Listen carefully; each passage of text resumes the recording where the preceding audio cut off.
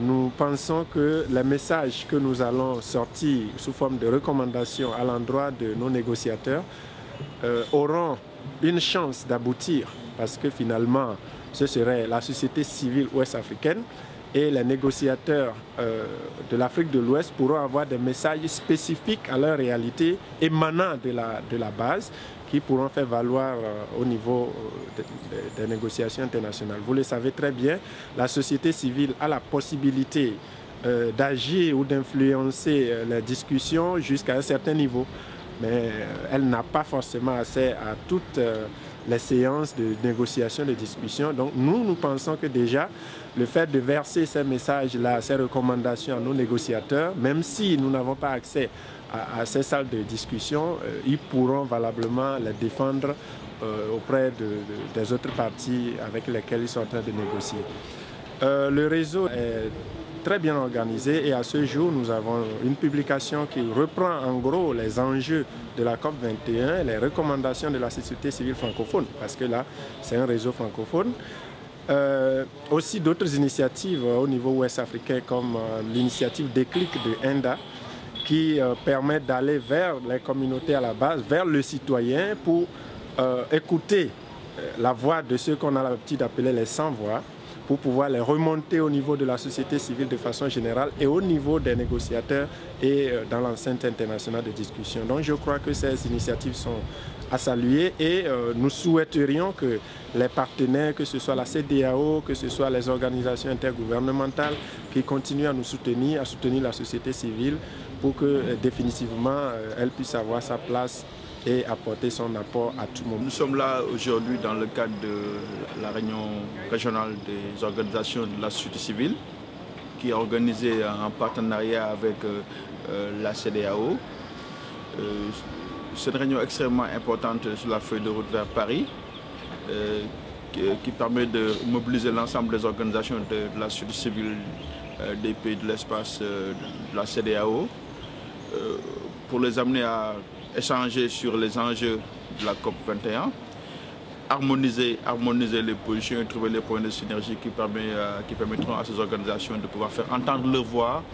dans ce processus de négociation vers Paris, où la société civile a un rôle extrêmement important à jouer. Cette initiative me paraît extrêmement importante et nous la saluons d'ailleurs, parce que ça nous offre un cadre pour pouvoir échanger entre nous en tant que société civile de l'Afrique de l'Ouest. Je voudrais rappeler que de façon générale, à la veille de chaque COP, les sociétés civiles dans chaque pays se retrouvent pour réfléchir aux messages apportés à leurs négociateurs et cela se fait dans plusieurs pays. Mais nous n'avons jamais eu l'occasion de mettre ensemble ces points de vue des différents pays, des sociétés civiles des différents pays, pour pouvoir les harmoniser avant d'aller au niveau international. Et je crois que cette initiative de la CEDEAO, qui à mon avis est la première du genre, est la bienvenue parce que ça nous permet effectivement de mutualiser toutes nos réflexions, tous nos efforts. Et depuis que l'ouverture de cette session, de cet atelier, donc, ça nous a vraiment permis de réfléchir ensemble sur les priorités de l'Afrique de l'Ouest, sur les questions qui sont en discussion au niveau international. L'engagement auprès de la société civile francophone ou de la francophonie, pour s'assurer que ces acteurs-là puissent faire entendre leur voix. Et nous savons que dans le contexte de ces négociations aujourd'hui, il est extrêmement important d'avoir un accord inclusif qui prend en compte les préoccupations de l'ensemble des segments de la société. Et la société civile représente un segment extrêmement important. Elles ne sont pas souvent au niveau des salles de réunion, elles ne sont pas souvent au niveau des groupes de contact, mais elles ont un mot à dire. Et notre rôle, c'est aussi d'aider à apporter la voix des sans-voix dans ces négociations-là. Et c'est ce que nous essayons de faire dans ce processus par la mise à disposition de ressources, par la mise à disposition d'éléments de compréhension et de décryptage, mais aussi par la création de plateformes de discussion et d'échange entre ces organisations-là, qui leur permettra de pouvoir influencer le processus de négociation. Et nous le voyons très bien dans ce processus à Dakar, où nous avons eu plusieurs réseaux d'organisations de la société civile, le réseau climat et développement, ENDA Tiers-Monde, et bien d'autres plateformes qui se mettent ensemble, qui réfléchissent ensemble, qui créent ensemble une dynamique non seulement régionale, mais qui arrive s'accorder sur des positions communes, qu'elles partagent entre elles, mais qu'elles font aussi passer au niveau des discussions avec les experts. Donc nous essayons de créer ces passerelles-là à travers la société civile, qui est un levier extrêmement important, aussi bien au niveau régional, à travers ces réseaux, à travers les interactions que la société civile peut avoir avec les négociateurs de l'Afrique, mais aussi sur le terrain par la mise en œuvre des actions qu'elle mène. Est-ce que nous avions lancé cette initiative d'équipe en disant que c'est le citoyen qui doit permettre de faire cette équipe pour arriver justement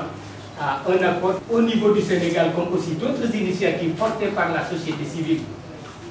consistaient justement à créer ces genres d'espace pour la co-construction des messages. Au niveau du réseau Climat et Développement, nous travaillons ardemment à la préparation de cette COP. Dès le début de l'année, nous avons mis en place une task force spéciale pour essayer de faire le décryptage approfondi de chaque thématique prioritaire pour l'Afrique. Nous avons sorti des notes de décryptage sur la question de l'énergie, sur la question des financements, la question de l'agriculture, la sécurité alimentaire, sur la question de l'adaptation, sur la question du genre, la question des droits humains. Et ces notes de décryptage révèlent effectivement les raisons pour lesquelles l'Afrique doit pouvoir se positionner sur ces sujets assez importants. Nous comptons vraiment sur eux et nous espérons que pour une première fois, l'Afrique de l'Ouest va parler et va pouvoir faire ressortir au sein du groupe Afrique, du G77 ou d'autres groupes, les spécificités qui sont celles de la sous-région ouest.